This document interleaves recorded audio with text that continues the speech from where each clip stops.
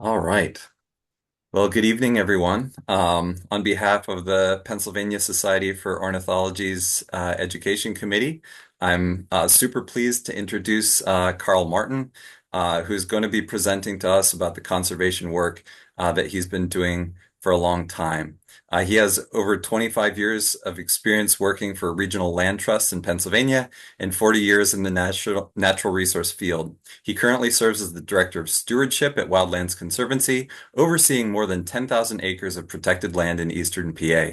He's also a 25-year member of the Pennsylvania Forest Stewards Program, currently serving on their steering committee. He's further served 20 years on local municipal environmental advisory council. He lives in Durham Township, Bucks County, along the Delaware River, manages family forest land in New Jersey, and enjoys fly fishing with his golden retriever Beans and cooking the wild fish and game found across the wild places that he loves. And for those who've been coming to the PSO meeting, Carl's no stranger, as he was awarded for this conservation work. And we, as birders, we're just enthused to have somebody like you who's really doing the real work, not only for ourselves, but for the future generations, and just helping, doing the. I know that that's a lot of work, and making a difference, at a time where, some things have gotten better, some things are getting worse, and it takes a lot of work to make it happen. So super grateful for what you do and enthusiastic to learn about how it's done and your story. So please go for it, Carl. All right. I'll share screens right now.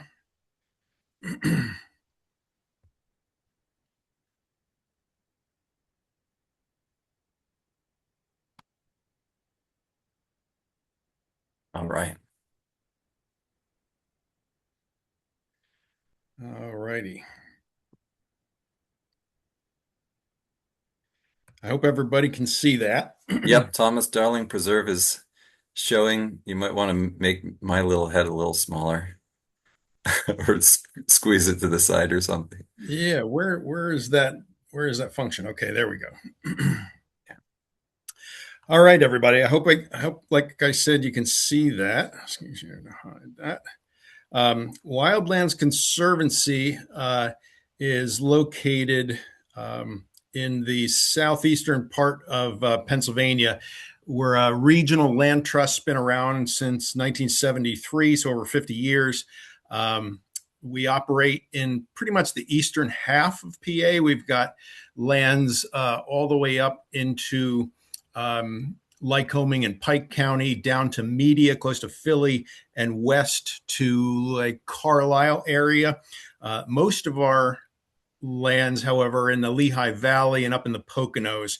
And in fact, this is where this journey is going to start this evening.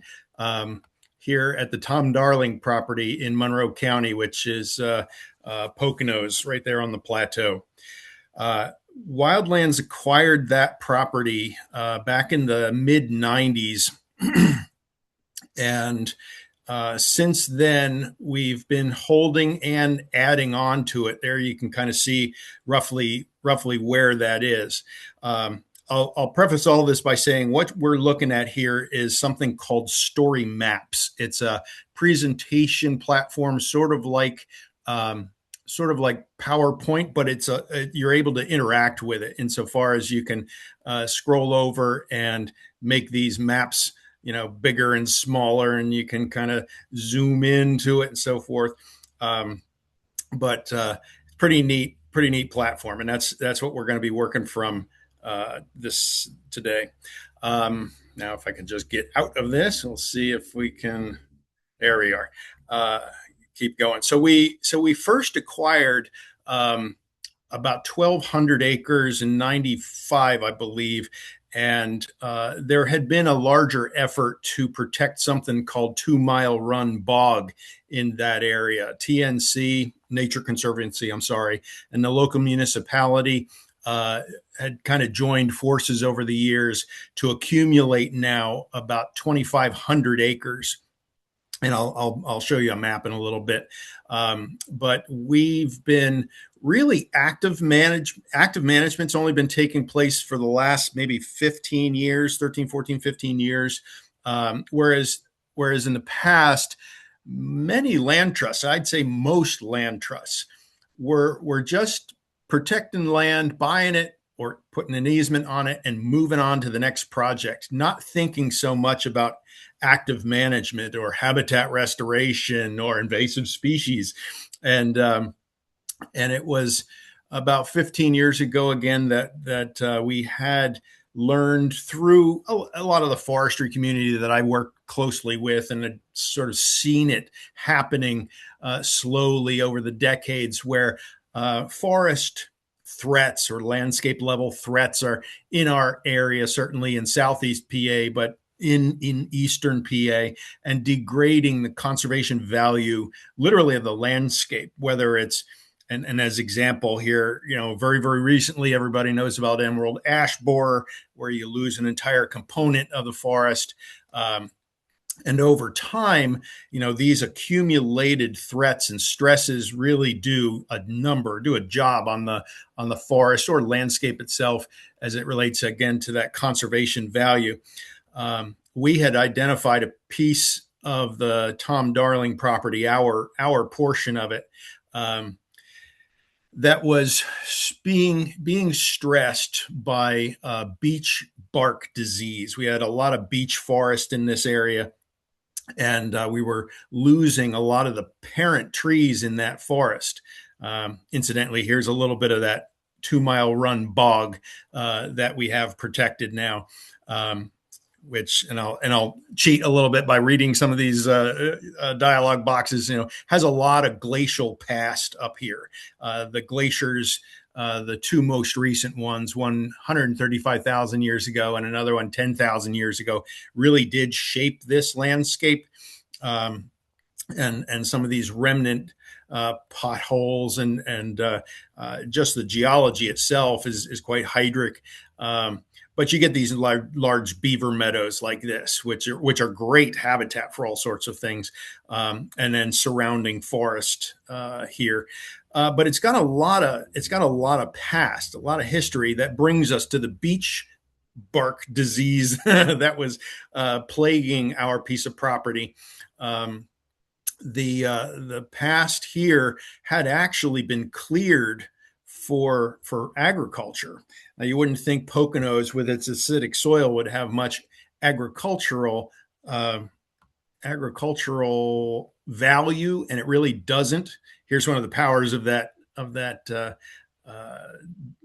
story map program that I talked about. But this is 1938 aerial, I think, that we're using right here, and you can kind of see 2 Mile Run bog. If everybody can see my cursor, that's that right there. But this was a farm, believe it or not. You can see where that's all cleared, but it had already been abandoned in 1938. It had already failed and was reverting back to forest.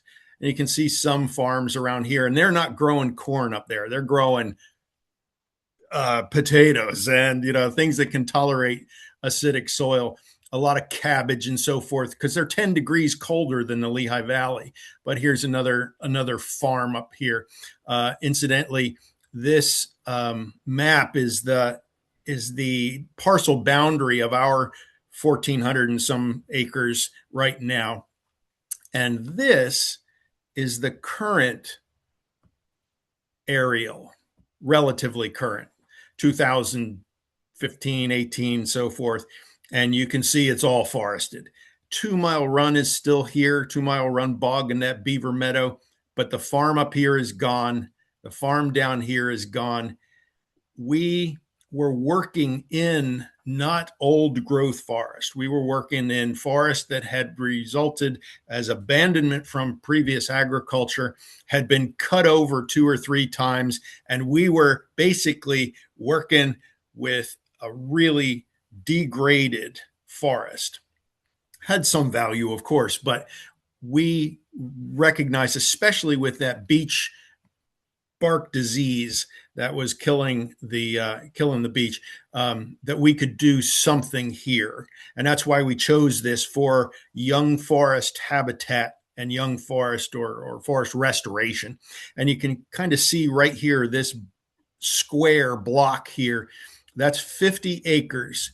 And what is, well, I'll refer to it as phase one, but this is where we decided to work in golden winged warbler habitat restoration. And then around it is actually 200 acres of more habitat restoration as part of phase two. So some pretty neat stuff. This is kind of what it looks like from the air. Um, Here's phase one actually on the right hand side of this picture.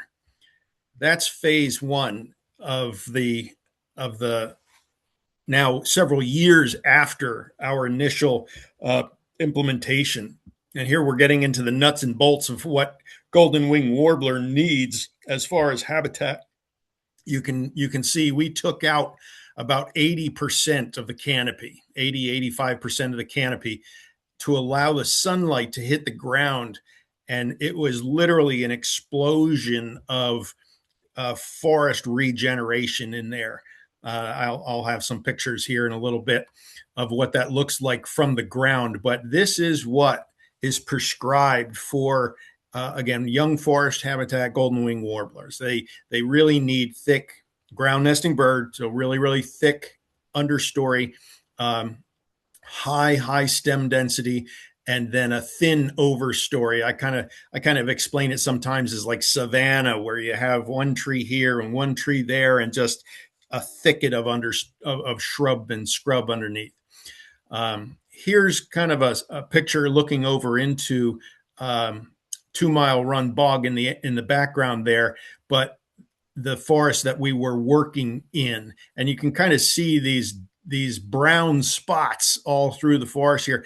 Those are the dead beech that we were working with. The beech was probably about 60% of this forest when we first started working in it. And we wound up killing all that stuff and salvaging what was killed, along with some maple and cherry that were in there, to bring it down to that 20% or 15% canopy overstory. Once again, here is the larger Tom Darling property. You can see our protected lands there in 95. We've added a couple different parcels, 70 acres and 40 acres, in the last couple of years. And that's in an effort to not just increase the size, but also provide for public access, which is now part of the program. So we actually run environmental education programs up here, teach everybody about the value of habitat in young forest. So we're always our benchmark, if you will, is biodiversity. So we are always going to be striving for higher conservation value, but that's in our minds biodiversity. One of the very interesting things, though, along with biodiversity, you need habitat diversity to drive biodiversity. And habitat diversity sometimes means structural diversity of, in this case, forest.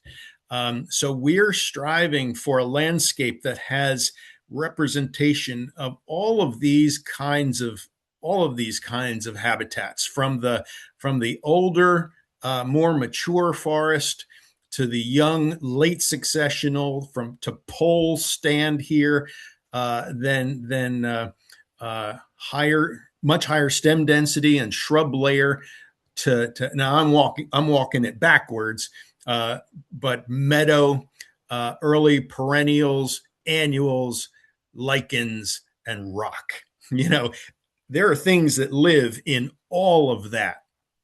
And to have just one kind of landscape cover, old growth, well, that doesn't speak to the rest of the landscape cover types that other things may need. And we're finding out that a lot of things do not live in old forest.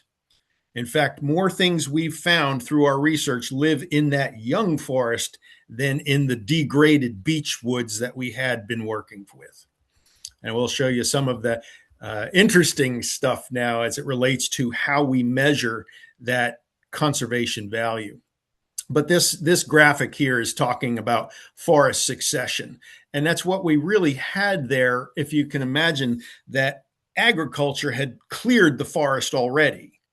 So there was nothing but fields there. In fact, our woods has old stone rows in it that tell us, and foundations from the old farmhouses and barn and so forth. So it tells us this was not woods probably 150 years ago.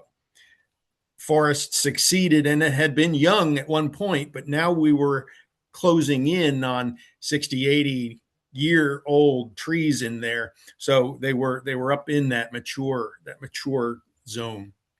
Here I'm speaking about the biodiversity and habitat diversity, which is all driven once again by a diverse landscape cover, mosaic. I'll call it a mosaic. Um, so once again, we were striving for this diverse landscape cover. We found the plague, if you will, of degraded forest here in terms of that beech bark disease. We thought it, because of the composition of the forest, we thought it was a great opportunity to really take that beech component out, take out some of the uh,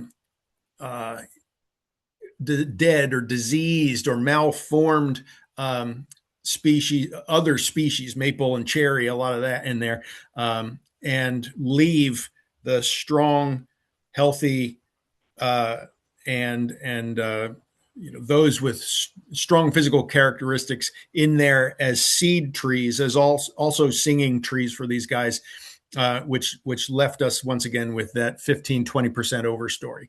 But it was an opportunity once again to create habitat for this guy, and everybody knows how he is in decline, largely because of that loss of habitat. There is just not very much young forest habitat, which these guys need as ground nesters to succeed in our area, that Pocono Plateau and further north. So here we are talking about stem density. Now you're looking at a picture here of what our phase 2 area looks like. This is the 200 acres that was cut around the Golden Wing 50-acre block. And we have reduced the stem density, the overstory structure stem density, cut it in about half. And you're looking at a picture here that's taken shortly after we did our salvage in here. So we don't have any of the regen yet, but this was a good photo to show what low stem density is. At least from 6 feet and above is the relatively low stem density. Now, which is several years later, you can't walk through that right now. The stem density of the overstory has not changed, but the understory is so thick you can't walk through it. This is kind of what high stem density looks like. And this is many years after the implementation. But, we're talking 30,000 stems per acre initially. Now, of course, that drops down quickly as different species compete with one another. But that is picture perfect representation of what ground nesting birds are going to want. That high stem density. No hawk is ever going to fly through that. A fox has hard and difficult time getting into that. And you can actually hear the difference as you walk between phase 1 and phase 2. You can hear bird song on your left, a cacophony of bird song. On your right, it is dead quiet because the habitat isn't there. So this is what we're after, that very, very high stem density. What we're finding in our baseline, and by baseline, we counted a lot of different things. We counted vegetation. We also counted avian species, which was our benchmark. It's many people's benchmarks. We wanted to make sure that we had good data before we did anything, because uh, our hope was, once again, that we could show we had low conservation value on one side, and then after implementation and after some time, the the habitat would grow back. We'd have that young forest regeneration, and see our baseline numbers eclipsed by new species of plants and new species of birds. One moment, please.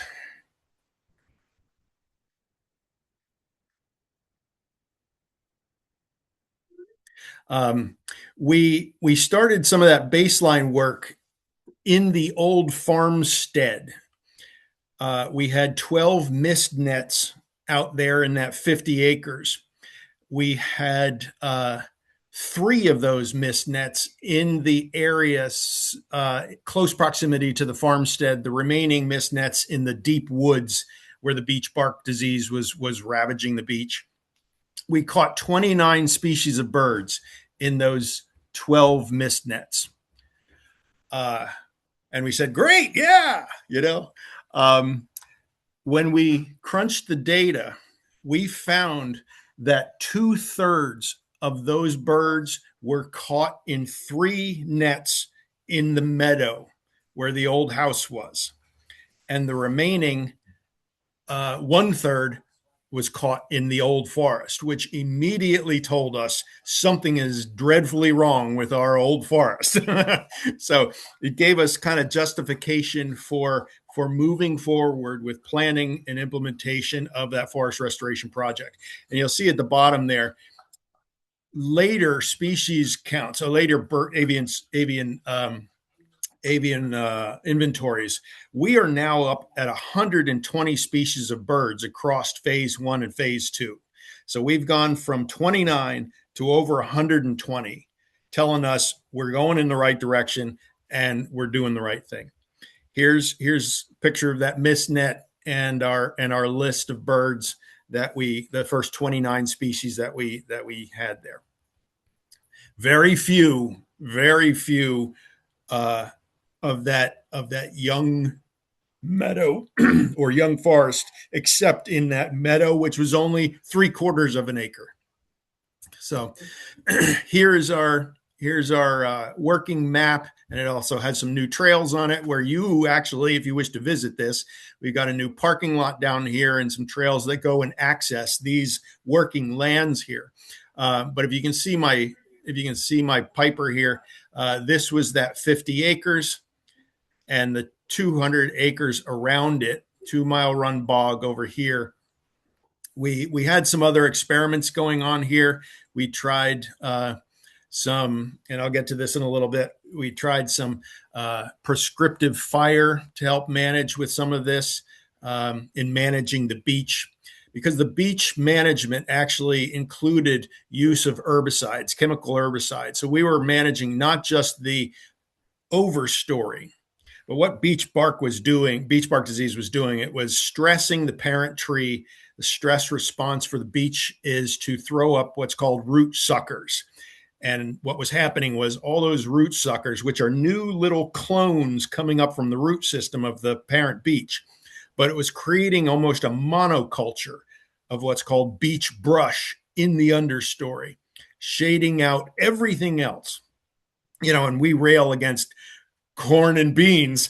Well, we had a monoculture of beech out there, which again further degrades, reduces that conservation value. But here's kind of the timeline. We started some of our planning in early 2013.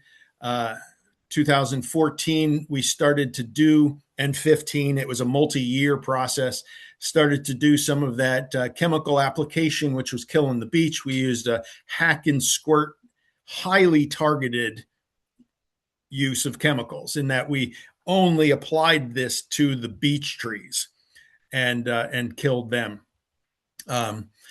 Once that was removed, once the beech was dead, we went in and actually started to do some salvage. We had also at this time began to do some of that um, inventory work on the avian species and watch that number increase very early on. Incidentally, within 2-3 years, we started to see an increase and get above 29 species, that baseline number. 2018, we did some controlled burns once again to try to see if we could find a way of managing that beach brush without using so much chemical. And in fact, that was very valuable to do that research burn. We found that with a very low intensity fire, we could top kill, not hot enough to do anything to the roots, but we could top kill small trees. And that was the large majority of the beach brush. But by killing the beach brush, we cut our chemical use by like 50% and our labor by 60%. So it was a great step forward in the beach management.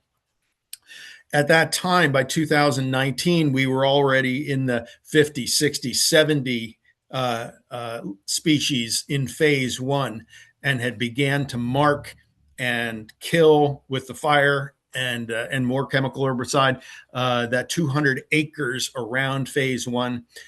2019, we began to do that salvage work. Incidentally, the phase two, we did not turn that into golden wing. We were actually targeting ceruleans there, cerulean warbler, another ground nester. And they have a slightly different requirement relative to forest composition. They do not want savanna. They do want relatively thin, say overstory, but stem density as it relates to the overstory species, definitely want high stem density at the bottom. But they want about 50% canopy, not 15 or 20.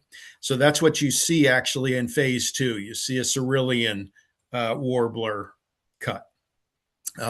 So we actually, and all the while we're looking at birds, we're looking at vegetation as it relates to, again, composition, because the more diverse the vegetation, that drives insects.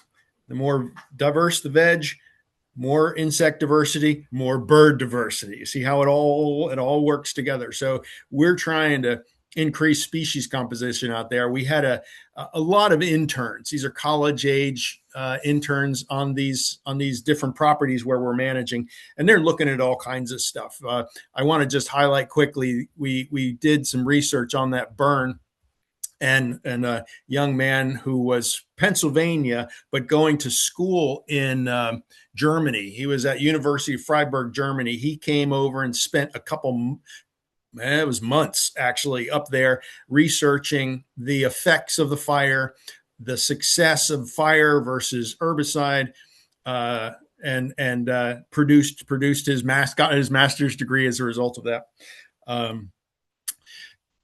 Also, at this time, we're starting to do some additional public access work, and we don't, we're nonprofit. We don't have two pennies to rub together, so we rely an awful lot on volunteers, interns, in that case with the research, but also other partners. In this case, Army Corps of Engineers. They have a public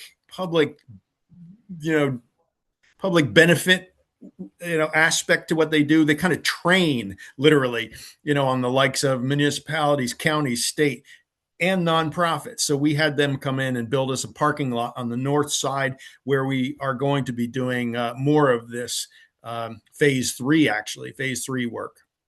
So kind of bringing us to where we are today, phase three. We actually have marked it. We're starting to kill that beach. That's about another 200 acres on the north side of the property. So kind of getting into the details. Now I've gone about halfway. So if there are some questions, you can throw them out there in the chat. Joe can inject them as I keep going here. I'm getting to get into the details a little bit about some of those aspects that were touched on. This is what beech bark disease looks like. and you can kind of see a parent beech tree here with all these cankers on it.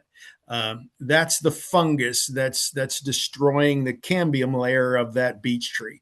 And a parent tree like that, again, will begin to throw up the suckers, the root suckers there. This is kind of what the herbicide looks like. So on the right hand side is beech brush, and you can't see through it, you can't walk through it. There's no sunlight hitting the forest floor. On the left side is what results after the herbicide treatment. But what's telling is how much beech brush is there. We did not kill anything but beech, but most of what is there in that left side is dead, which means it's beech. So what I'm getting to is, again, proof that there's this monoculture that's going on out there. I told one of the interns, or actually our stewardship crew, I told them, anybody find me an oak seedling in that 50 acres, I'll give you a case of beer. Nobody found an oak seedling. Yeah. But what's really neat is, again, the response of the site as soon as you put some light on the ground. And it is magical. It is really profound. As soon as the light hit the ground, we saw maple and cherry just blowing up all over the ground. And this is the future forest. This is high stem density in 3 years. When you can consider sowing like grass seed. It's that kind of thick when you get there. And once again, stump sprouts were coming out of the stumps from those trees that were left alive, the maple, the cherry, some other species, but they stump sprouted with all that light that was hitting them. But things that we had never seen in there, like oh gosh, it just escaped me. Violets. Yep, violets in there. And starflower, I think. No. This is something else. Wood asters. There we go, wood asters. But just unbelievable. We didn't see any lady slippers, unbelievable amount of response. Some things, sedges, right? Sedges out there? Well, sure, because you got a relatively high water table. And all that needed was light. Where the seed came from, have no idea, but it's there. And you just got to hit it with a little sunlight. This is what regen looks like. When you can create the environment that young growth needs. Now, again, we were trying to do some species diversity. That was the goal here. So we did additional plantings to kind of increase species diversity in this area where we did our first 50 acres. So we put in probably a dozen or more different species over a few years.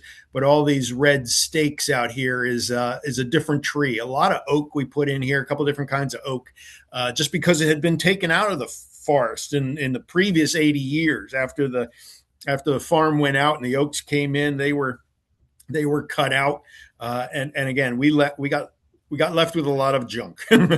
So we wanted to reestablish some of those species that we knew should be there. Here's again some of the evidence of stump sprouting. This is maple, but if you allow for this, this will throw up scores and scores of new sprouts, and they will compete with one another, but you'll wind up with a new maple tree. It's the same tree. You've just set it back, and allowed it to grow. One thing I have to inject here is that even though this was the Poconos, the deer up here are prolific enough to have an impact on regeneration. Where I live down in Bucks County, I can prove to you I've got over 120 deer per square mile here. I've been part of deer impact studies. There are some places that I have 143. That's thermal overflights by USDA.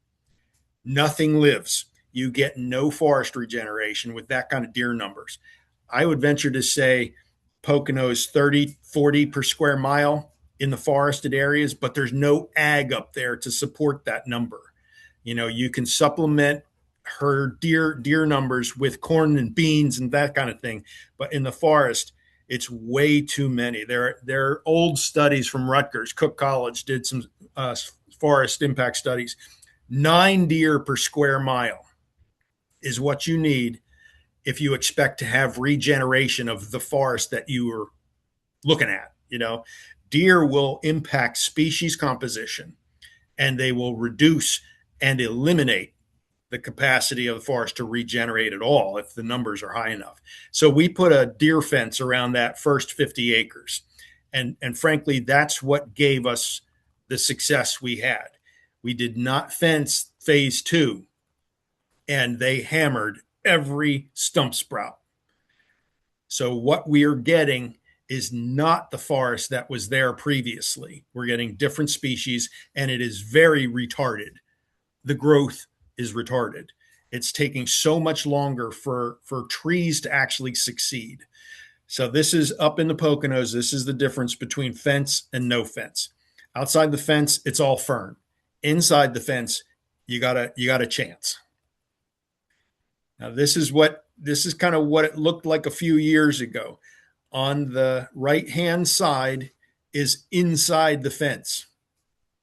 On the outside, and the fence you can see there in the middle, on the outside, there was no protection.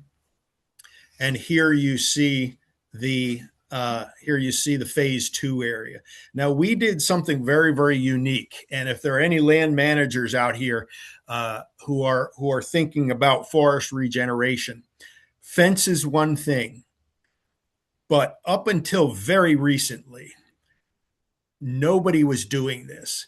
What we did was we clear cut wide enough so that no tree could hit our fence. We have nobody that lives up here. Nobody was going to go up here every day to check the fence to make sure the tree didn't hit it, and now the deer are inside. So we had to do this, and worked like a charm. And it was funny because not too long after that, we started hearing agencies asking the question, how come we're not doing that? Because a lot of their fences were failing, where they would fence inside a mature forest, hoping to get some ground cover, right? But branches were falling on the fence. The deer were getting right in. They were spending tens of thousands of dollars for a fence, and it was broken within weeks or months, and the deer were right in it. So fence maintenance is highly critical. If you're not going to do something like this, you're doing a perimeter run regularly. That makes so much sense. I can't believe everybody's not doing that. I showed some pictures again to agency people, and they go, "Oh my God," Light bulbs exploding. Yes, yes, We did get a couple questions if you great, want to take a couple intermediate ones. absolutely. Yeah, so Brian asked, curious to know if and how invasive species invaded and affected the management approach. Yeah, we were very fortunate to have very little invasive problems up here. The worst was probably hay-scented fern. And as the light hit our phase 1 area, we went back and did some foliar applications and wiped out those pockets of hay-scented fern. We had a contract, again, to you land managers out there. We in our contract with the people that did the salvage, we required them to do equipment cleaning, right? So they weren't bringing anything in, right? That's important. We have a power line running through this, where we saw, believe it or not, we saw some, very small amount, patches of stilt grass. We nuked that immediately, but we don't have invasives here the way we do down in the valley. Totally night and day. Down in the valley, if you do anything like this, you're doing probably 3, 4, 5 years of site prep before you open the canopy, or you will fail. Yeah. Great question though. Yeah. Invasives is on everybody's mind these days, Yeah. especially in the eastern part of the state. Yeah. Center County too. The difference Yep. between the valley and the mountain is very, very clear. It's a great point. Oliver asks, Oliver Jankowski asks, does Build It and They Will Come apply for young forest everywhere? How does site configuration and connectivity come in? Yeah, another great question, and actually part of how we chose this spot. Again, we work with a lot of partners. One of our partners is IUP, Indiana University of Pennsylvania, and out of IUP is Dr. Larkin, Jeff Larkin, who's the Golden Wing guru. Um, we found this 50 acres, and Larkin, after seeing what was happening, now we didn't have any golden wings come and populate it, but he said golden wings need, if they are not there to begin with, you need a huge hole, hundreds and hundreds and hundreds of acres for a golden wing to find you, right? That was his explanation. So we positioned this thing actually close to 2 Mile Run Bog. I mean, it's within spitting distance of it. So we've got 100 some acres of bog, which is basically arrested forest succession because of the water table and the beavers. And then we put 250 acres next to that. So we've got almost 400 acres of contiguous, habitat restoration area. And of course, we're not done here. This phase two, the 200 acres there, that's actually what's called a two-phased uh, harvest, two-phased entry, if you will, in that you cut it and you do something that's called a pre-commercial thinning, basically. Use it for cerulean for a number of years. And then as those mature, those nice, beautiful, commercially viable trees mature and put some growth on them, we'll go back in 20, 30 years and knock that down and turn it into golden wing again. So to have, I mean, and Oliver's question was fantastic because you're talking about a dynamic landscape. This isn't static. This is not like the bog over there that's maintained by beavers and hydrology. This gets old. This gets useless to golden wings in about 15 years. So you got to move to the next spot and make more of that young forest before it turns into pole stand. So great question. But yeah, bigger is better as it relates to the golden wings anyway, according to Dr. Jeff Larkin. And I suspect the same thing. I mean, if you fly over the Poconos, it's all forest and it's all the same age. So making pockets like this, and we're trying like crazy to promote it, and I know Game Commission's doing this kind of stuff, DCNR Forestry's doing this kind of stuff, but it's all in an attempt to basically take what is 90% older forest and make 10% young, something like that. Yeah, great question. Yeah. Okay, any others, Joe? No, that gets us Okay. current. Great. So again, that phase two was cerulean, speaks a little bit about what their requirements are. I mentioned that burn management area. That was in an attempt to learn how to manage beach in another more friendly way. And incidentally, some land managers have adopted that for just that reason. Killing young, thin-skinned species. Very, very low intensity. And I put these slides in this because when people hear about fire in the woods, they're thinking California, right? Where it's catastrophic and it's so hot it sterilizes the soil. This is not that kind of fire. This, you walk through it. The day after, you get little red F's emerging from leaf litter. Again, it's very low intensity, hot enough, once again, to kill beech and thin-skinned things like maple, birch, but not hot enough to kill larger trees with just a little bit thicker bark. And certainly oaks. Oaks love fire. In fact, I don't want to say they do love it. They're fire tolerant, and in fact, I would argue that a lot of the decline in oak populations that we have across the state are largely due because we don't have fire in the woods anymore. So very, very low intensity. Um, One of the things, I guess, lesson learned here, we're always learning something from this research. Um, and when we had our phase one uh, cut and salvage and deer fence going, about 3 years in, it's blowing up with maple and cherry and the like, and the things that we planted in there. But we took a real close look at that cherry, and we're so excited that it's fantastic. Somebody pointed out, and they said, "There's some black cherry, but most of this is pin cherry." Okay. And we're like, what the hell's pin cherry? And where'd that come from? Because it was not in the overstory. Okay. Pin cherry is one of those things, also called fire cherry, but it loves disturbance. Okay. And it's one of those things that's going to come in first. And I asked myself, well, where did it come from? Because we saw no pin cherry. It's kind of like black birch in that it does not linger in the forest more than 20, 30 years, and then it drops out. But the seeds can stay dormant for 70 years, right?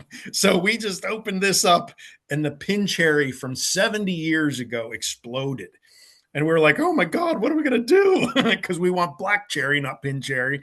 And with a little study and some changing of our attitude, the pin cherry now we understand is part of this process.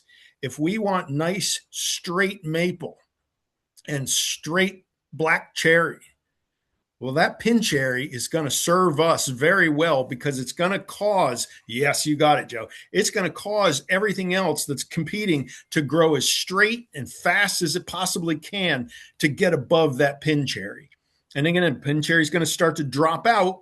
And what you're left with are nice, straight, pole stand of the desirable. So you learn stuff all the time, and you learn too that and everybody's heard the term about adaptive management, because you poke Mother Nature one way and she pokes you back a different way, and then you're always kind of adjusting, because Mother Nature, you cannot predict it. You can plan and plan till the cows come home, and you're not gonna. The plan's out the window the first couple of years, And here too, and we're going to get to this in a little bit, but there have been diseases that have rolled through this that have totally changed our management plans already across the landscape. I'm saying different threats. Yeah.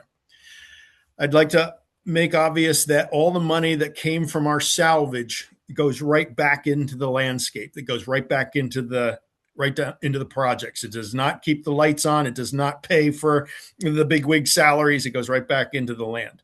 That fire, incidentally, because we're conscious of what impacts we're having. We knew there were rare species up in this neck of the woods, northern flying squirrels to be specific. This is a species that is being lost as the glacier retreats and takes with it a lot of the vegetation. Now I'm talking about 10,000 years ago when there was tundra up there, and there's probably caribou up there. It was much colder in the Poconos, and the northern flying squirrels were dominant in that range. They have a unique diet. They're a 30% larger than their southern cousins. But as we get warmer, the southern cousins are moving north, and these guys are also moving north.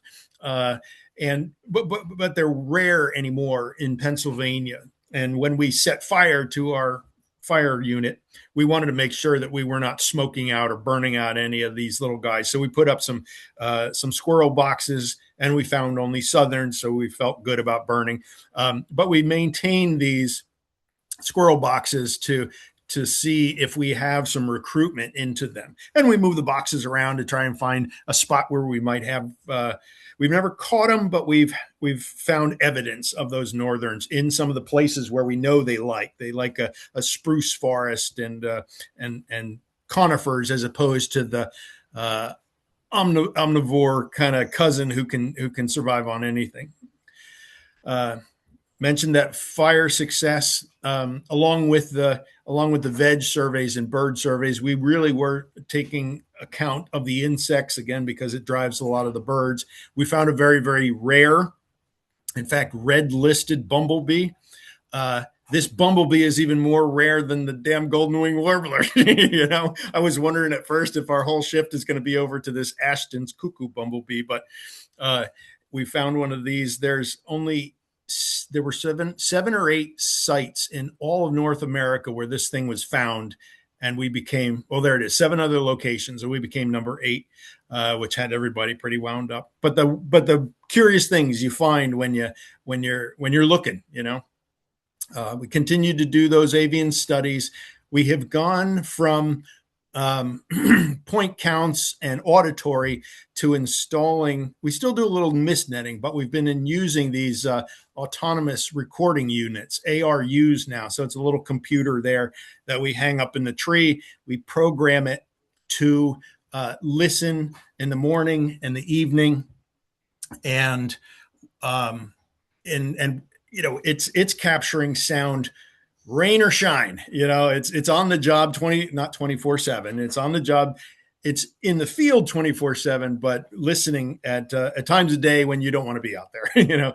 And then we monitor these every 3-4 weeks. We have to pull the batteries, and we pull the SD card that's inside there. And this is kind of what they look like.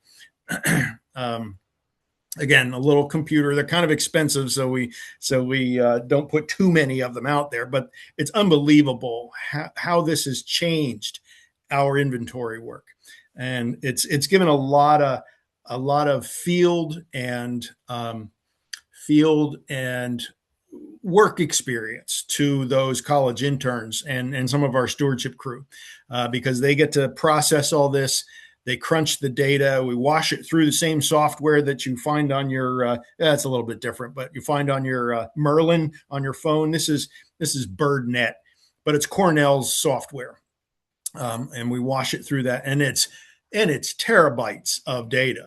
It gives us a list every year. What's really neat now is we're starting to look at, because we can look for trends now that we have multiple years from the same site.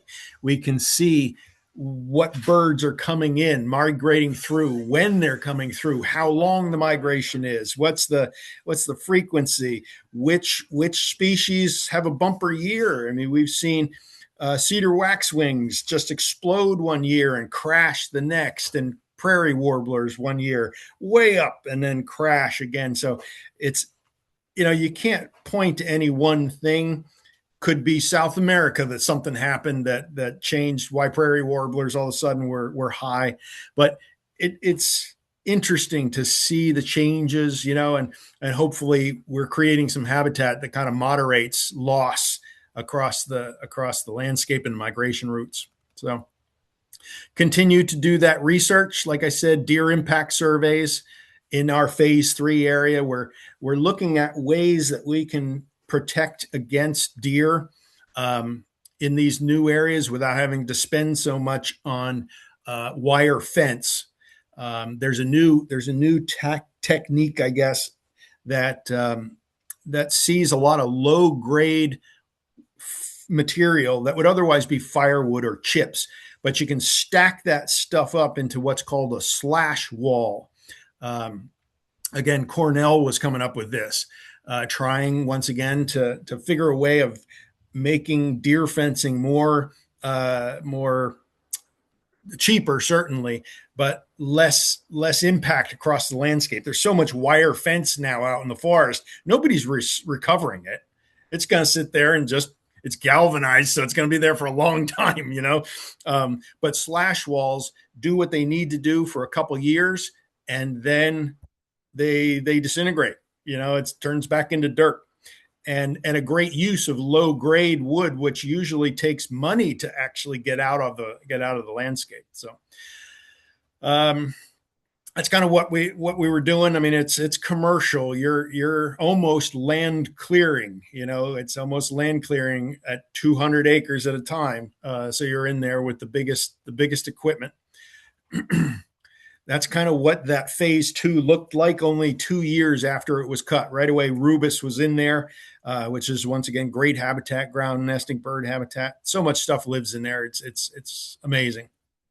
I had mentioned, kind of the next generation threat and how we changed from chemical to fire. I'm sure some of you folks out there have heard of beech leaf disease now. So beech bark disease was killing it with a fungus. Beech leaf disease is a microscopic worm, nematode, roundworm, that's so small it actually lives inside the leaf structure. And you can kind of see them here, those long stringy things. Those are the nematodes, and this is a leaf that's cut segmented like that. But it basically breaks down the leaf and reduces the capacity and eliminates in time capacity of the beech to photosynthesize.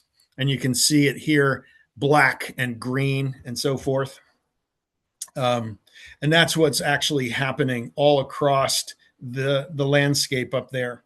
And reducing, not just reducing, it's eliminating our need to do the chemical injections and eliminating the need to do fire, because this stuff is killing all the beech brush. And as a byproduct, it's kind of like a double whammy here. The parents are dying of the fungus, and now this stuff, and we're going to lose beech now in the area, in the region, or it will be so degraded that it will never be what it was. Kind of this keystone species in there that provides beech nuts and all of the other things that beech was doing. Yeah. So I think I mentioned that we've already been into phase three and marking over there. This is kind of a map of the spread of that beech leaf disease, and to kind of put things into perspective. That is the last 10 years of the spread of beech leaf disease, and you can kind of see it came in over in the Great Lakes. Whoa, sorry about that. It came in over in the Great Lakes here. I think this is Ontario, so this is Erie. Here's your epicenter, and it's spreading all through the Appalachian range where you got your beech. 10 years, okay?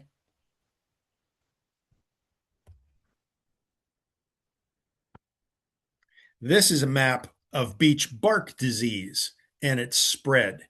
I think it came into up here Newfoundland, above Maine, and spread this way across Canada and down the Appalachians like that. 100 years for that fungus to move. Nematodes move 10 times faster. That's threat. I talk to people, and politics aside, I talk to people about threats to our forests today, not a changing climate that'll be hundreds of years. We're not going to have a forest in the next 30 years if we don't deal with invasives and deer,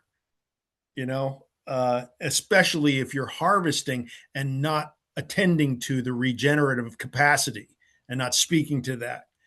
We're not going, and I see it all the time here in Southeast PA, where stiltgrass comes in, or mile a minute, and there is no, in the floodplains, you got all kinds of other things like barberry and knotweed.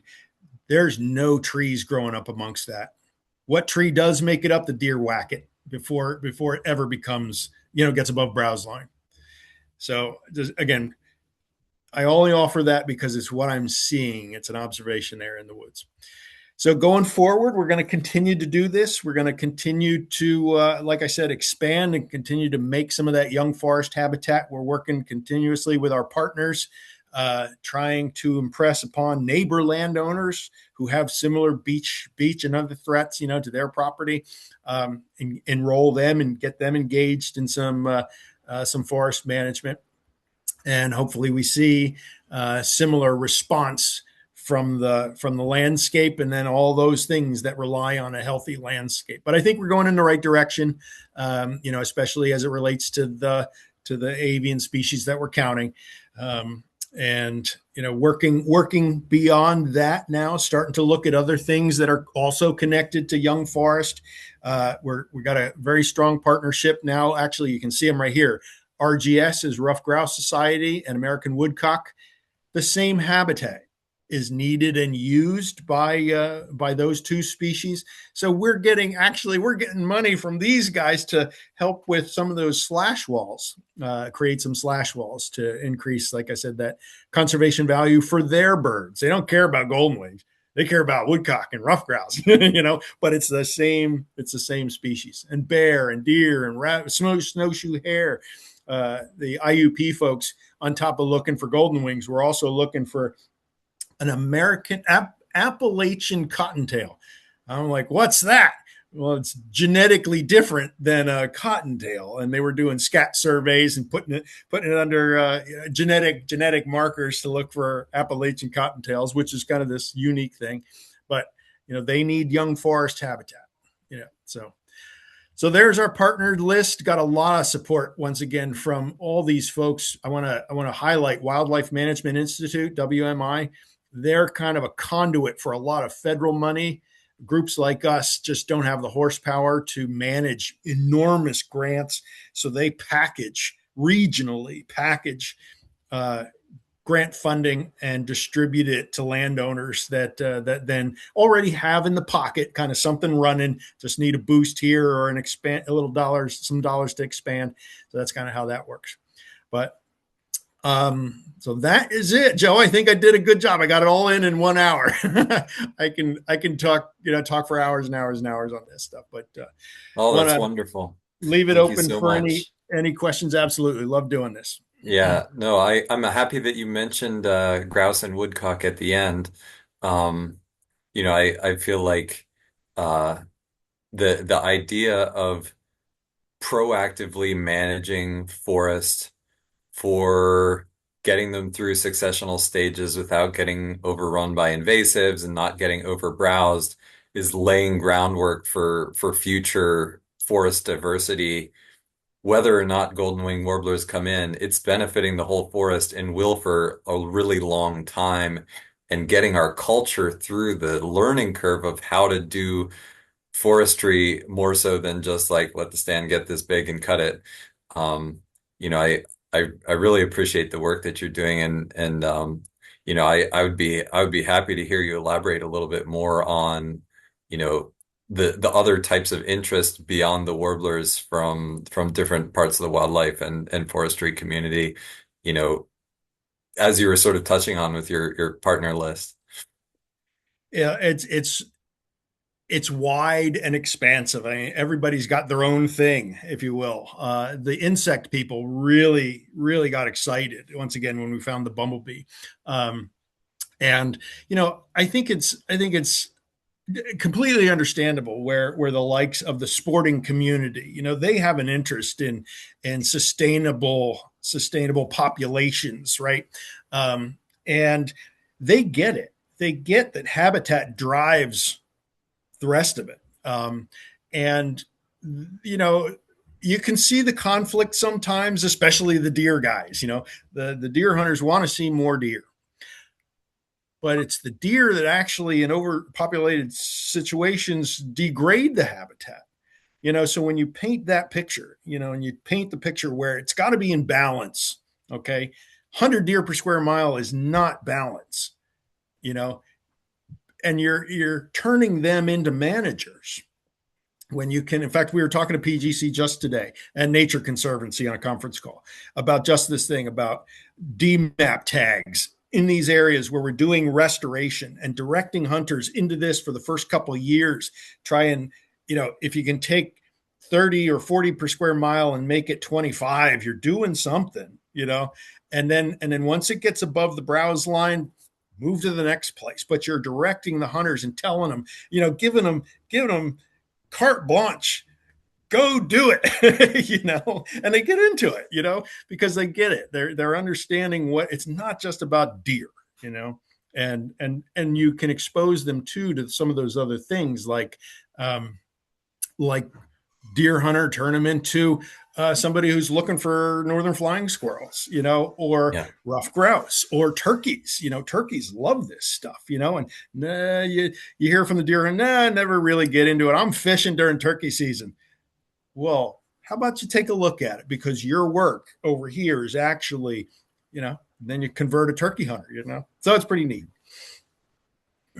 It all fits together. It does. Yeah. The whole ecosystem and the whole, and for me, I love to see the bridges built and the appreciation and the love to be shared between Mm-hmm. all people who care about the outdoors and want to have an ecosystem with wildlife. Everybody who has an ounce, a shred of concern for the natural world in our modern era is, getting on the same team and working together. I love to see it. Yeah. I mean, we're excited about that too. Our mission is basically to connect people with nature in whatever form that takes. And a lot of these other partners are aligned with that. Use us as a conduit, to promote what they're all about. We have a great. I tell the story often. Rough grouse again is a long partner, but they've only really gotten involved as we've begun to actively manage, right? Um, and we have it coming up this weekend. Actually, at that property, Rough Grouse Society is sending out some of their guys who have dogs, bird dogs.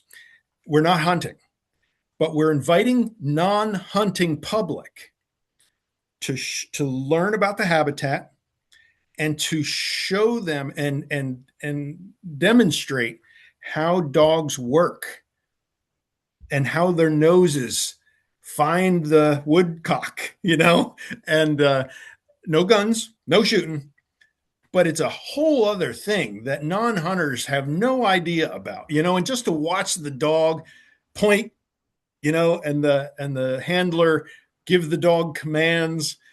People are wide-eyed with that and knowing they'll never pick up a gun, but it's connecting them. I saw this in a restoration area, and you can actually see a woodcock, because unless you're, I don't want to say never, because I've bumped them before, but you rarely see them, you know.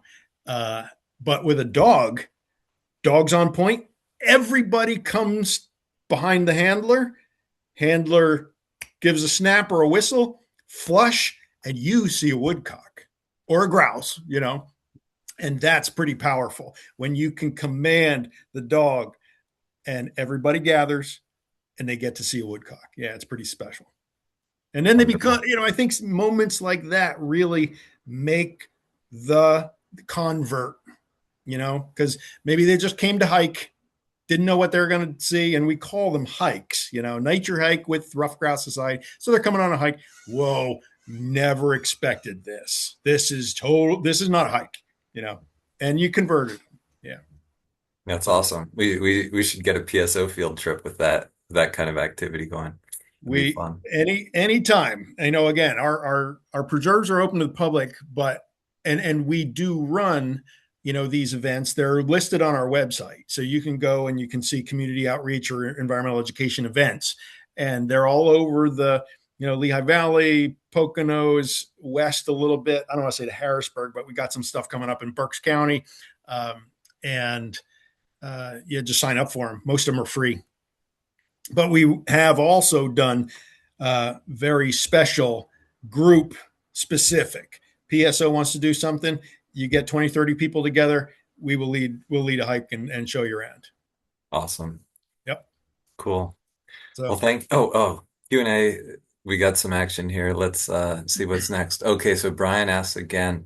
Actually, it's a long one. Why don't you call it up so that you can see your way through? But reading for everyone. Great work, Carl. Like you, we've always managed for high biodiversity. However, I find myself considering Doug Tallamy, University of Delaware, research pointing toward keystone species. 90% of Lepidoptera use just 14% of natives, 60% of bees use just 40% of native plants. Are you aware of this research, and do you think you'd consider changing management philosophy to align? Would you require specific planting approach, larger budget, etc., but is intriguing for avian management approach? If I understood all that, yeah, Doug Tallamy is all. I mean, what I understand of Doug Tallamy is natives first. You know, get rid of the invasives.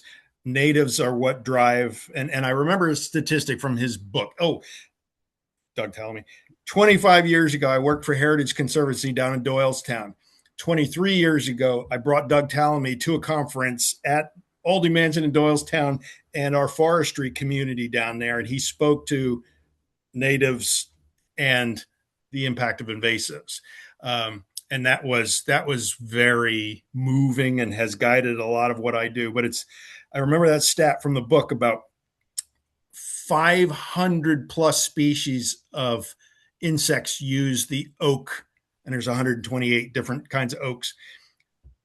And then you go and look at, you know, Princess or Alanthus, and it's two or three, just that kind of, yeah. So, and that speaks to why we did the plantings we did. We were looking for native uh, diversity once again, put the forest species back into that property that were there before. We know they were there. We even put some American chestnuts in. Didn't expect them to do anything, but trying to increase once again that diversity. Um, so we do look at that. There's another project. In fact, PSO had a hike the day of the awards uh, conference in Allentown. Some of your folks came out to our Black River Sanctuary, where we were working and still are and continue to work on 187 acre preserve, kind of little, but it's got transmission, PPL transmission line right through the middle of it. And it's all full of invasives. I mean, it's nasty. And we've been working at it for years already.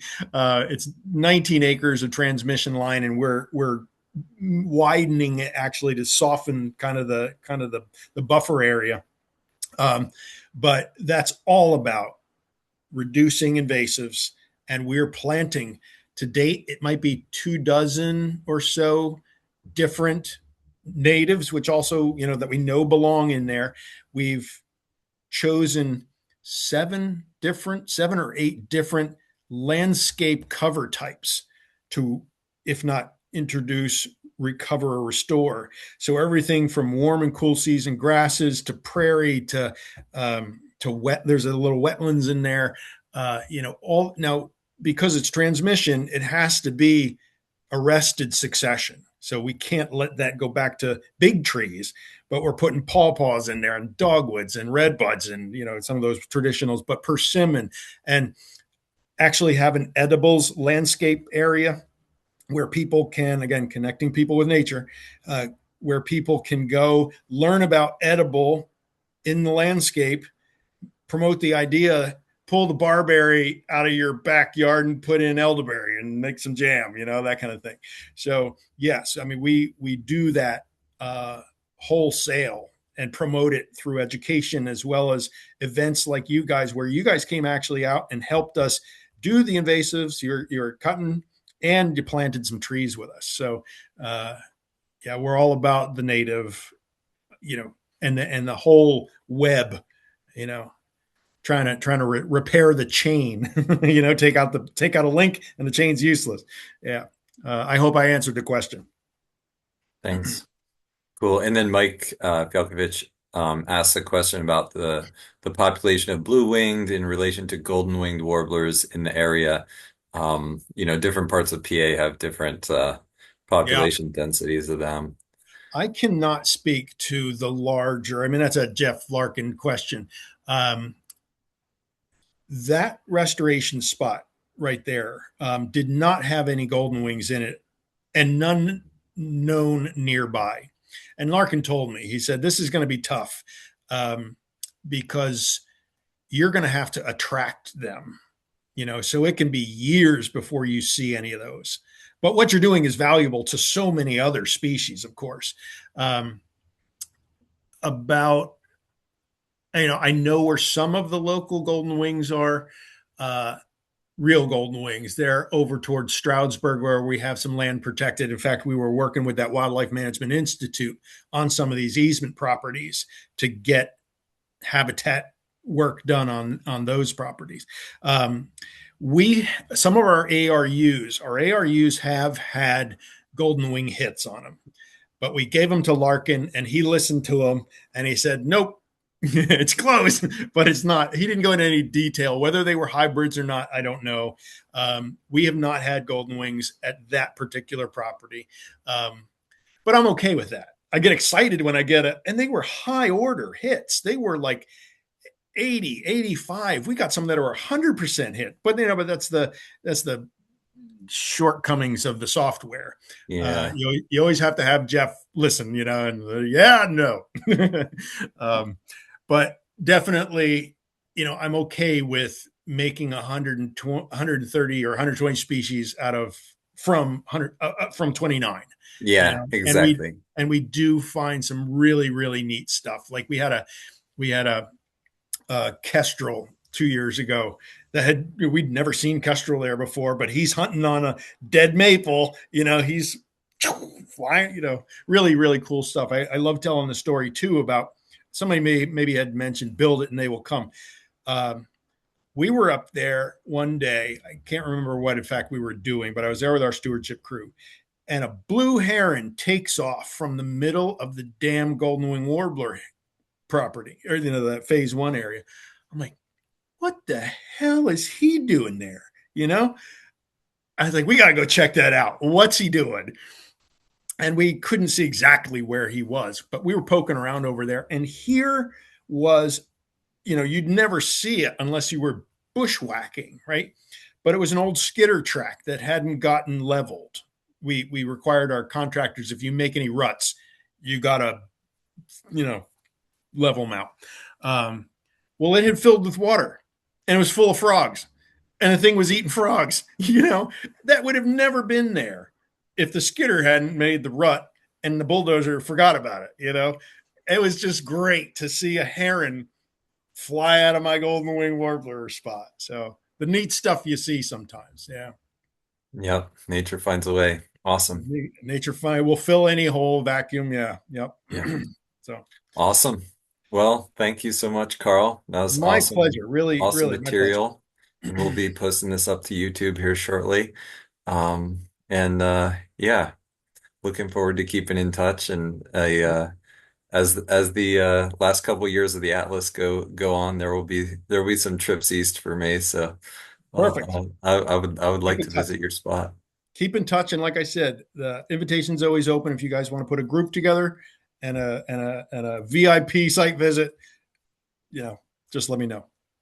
Awesome. Cool. Well, if we were closer in presence, we would applaud you off. But thank you so much for your awesome sharing and awesome decades of work that will be paying dividends to the wildlife for, I think things echoed down the centuries. It makes a difference. Yeah. Doug Talmy. So I'll leave you with one thing. I don't know if anybody's heard the name, but it's rippling, waves down history here. Um, How to Love a Forest is the name of the book. And the author, and I have it floating around here somewhere, How to Love a Forest, Ethan Tapper is the name. Hold on one second. Excuse me. He comes up in my Instagram. Okay. So that guy has it going on relative to just ecological history, right? And the real value of a tree. He speaks in very poetic terms and very flowery. He's a tremendous author in that respect. But he speaks about how he's from the New England areas of, I don't know, Vermont, Connecticut, but how the old wolf tree, the maple, the hard maple that was in a sheep pasture because all of New England was cleared basically for the 1.9 million sheep that were farmed in New England turn of the in the 1800s. The wolf tree, is surrounded now by reverting forest as the sheep left the pasture. Okay. And now you have a new forest, and the wolf tree falls over. And for the next 200 years, that dead thing is alive and serving nature with all the biome that's in it and all the insects that are in it. And it's like, the tree has a history long before seed to long after, you know, it's shed its last leaf. But it's really impressive to wrap your head around that all that's going on in the woods there, and the value of a dead tree. It's pretty neat. Yeah. All right, I'll Wonderful. leave you with that. Cool. Yeah, good ender. Thanks, All right. Carl. Thanks, everybody. Take care. All right. Good night, all.